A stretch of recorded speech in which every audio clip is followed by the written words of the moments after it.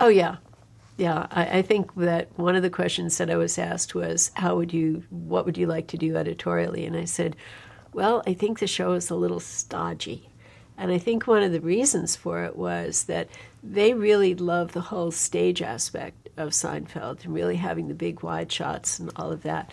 And I really thought that the energy on it was dragging down, and that editing and using close-ups and all of that could really just punch up the comedy.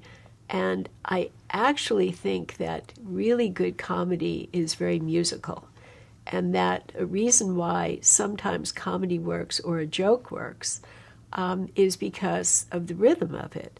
And once you upset that rhythm, you're upsetting the humor. And I think that people just naturally are very musical, and that's what they're responding to in a lot of comedy. So when you slow it down, you're almost sucking the humor out of the moment. But that's my own little theory. That's a great answer. Now, and you had mentioned that you began at the beginning of the third season. Right. It was their first season with a full order. Now, what was the status of Seinfeld at the time in terms of just its...